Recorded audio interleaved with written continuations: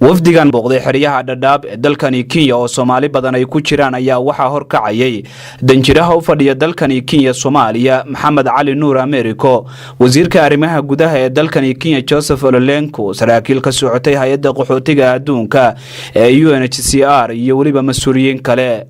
ujeedada mas'uuliyiintan ay u booqdeen xeryaha qaxootiga ee dalkani Kenya ayaa lagu sheegay in ay tahay u kuurgalida qaabkii dib loogu celin lahaa qaxootiga Soomaalida ee dalkani Kenya kaasoo dhawaan ay ku heshiiyeen dawladaha Kenya Soomaaliya iyo hay'adda qaxootiga adduunka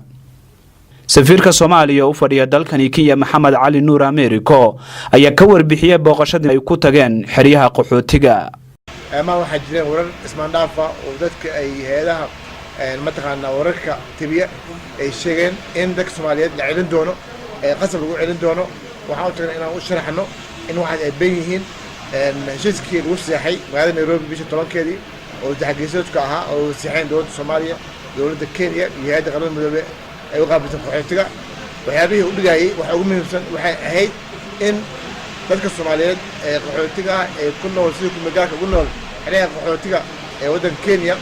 in ciddii ama qoyskii raba iskood inay u laabtaan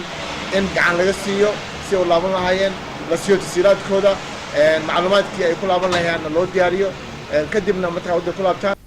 ugu dambeyntii qaar ka mid ah qaxootiga Soomaaliyeed ee ku nool xeryaha Dadaab ee dalkani Kenya ayaa soo dhaweeyay dib u celinta loo qorsheynayo waxaana dawladda ay ugu baaqeen in ay ku celiso dhul nabad ah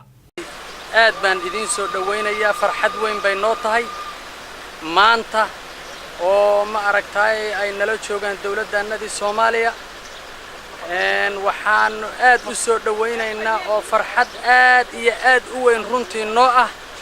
in 23 sano kadib maanta la leeyahay waddankiina baad ku noqonaysaan arinta iyada ah boqolkiiba boqol baan soo dhaweynaynaa waxaan idin leenahay hambalyo dawladda Kenya oo 23 sano aanu marti u ahayna waan runtii waa u hambalyeynaa waxaan leenahay asxaantu saana waan ku faraxsanahay in aad iyo aad maartay aan waddankanaga maanta nalagu soo maartay naloo keeno inaanu